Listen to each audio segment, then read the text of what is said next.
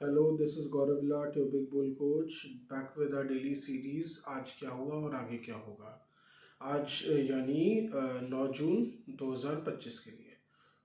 आज क्या हुआ, आज बेसिकली मार्केट बढ़ के ही बंद हुआ।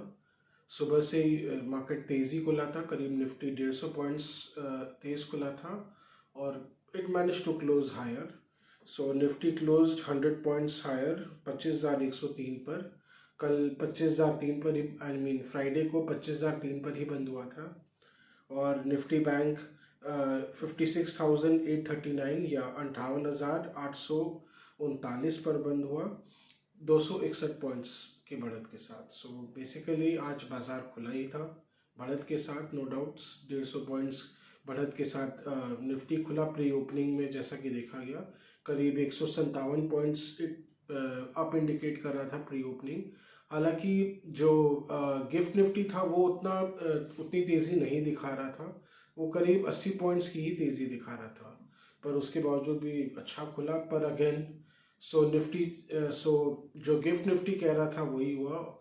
मच ऑफ द जो गेन्स थे ओपनिंग के, दे वर सोल्ड इनटू, वो टिक नहीं पाए। प्रॉफिट टेकिंग आ ही जाता है इतना ऊपर खुलता है तो।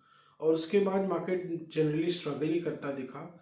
कहीं ना कहीं निफ्टी को 25,120 के आसपास काफ़ी रेजिस्टेंस का सामना करना पड़ रहा है।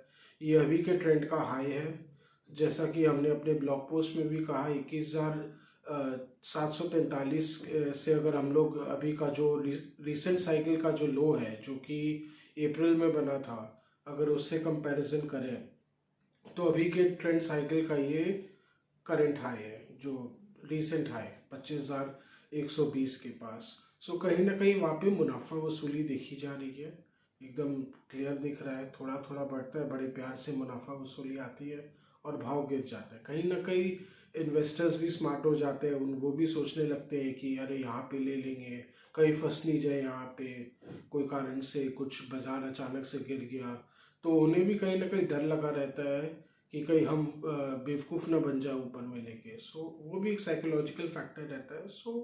निफ्टी को हो सकता है यहाँ पे थोड़ा कंसोलिडेट करना पड़े, अभी रुकेगा, बोलते हैं ना, थोड़ा फूक फूक के अपने कदम बढ़ाएगा निफ्टी।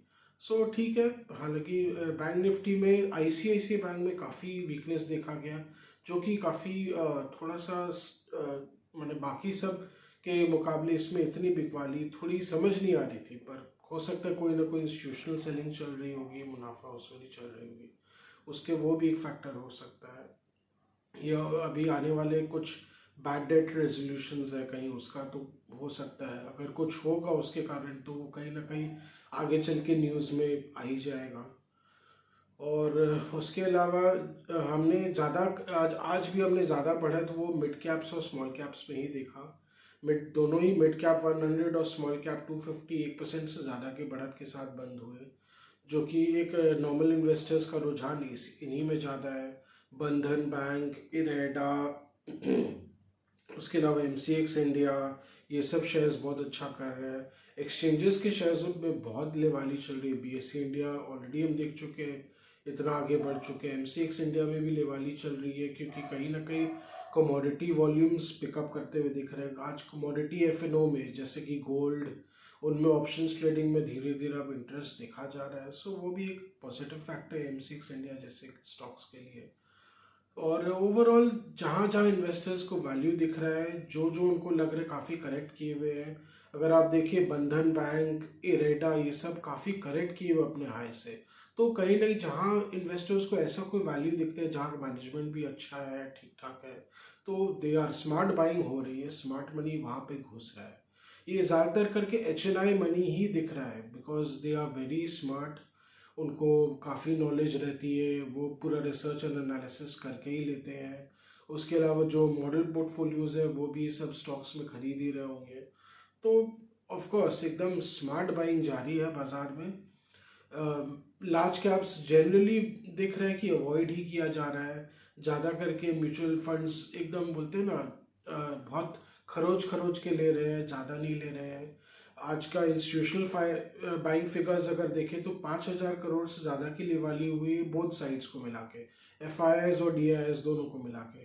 पर जैसा कि देखते हैं लार्ज कैप्स में बहुत ज़्यादा इम्पैक्ट नहीं मिला मेगा कैप्स में इसका। तो वही प्रॉब्लम है कि एकदम खरोच खरोच के बाइंग हो रही है। सबको इम्पैक्ट कॉस्ट से डरते हैं कि ज़्यादा अग्रेसिवली ले लिए तो कोई भाव एकदम से फाड़ न दे बाजार, तो लेवाली करने का और मौका ही नहीं मिलेगा। सो हर कोई एकदम कॉशियस ऑप्टिमिज्म में बना हुआ है बाजार। ऑफ कोर्स जियोपॉलिटिकल रिस्क तो बने ही रहेंगे, वो उसको पीछे रख के हम आगे चलते रहना पड़ेगा। पर चूंकि फंड मैनेजर का तो काम ही है, उसको तो लेना ही पड़ेगा। He will always have to be an optimist, an investor will always have to be an optimist, and the economy is providing enough reason. So RBI is supporting, RBI ने बहुत अग्रेसिवली रेट कट किया है। सो motivation पूरा है बाजार को आगे बढ़ने के लिए इनफैक्ट बुलिश ट्रेजेक्ट्री को बनाए रखने के लिए पूरा मोटिवेशन है। सो बाजार बढ़ते रहना चाहिए।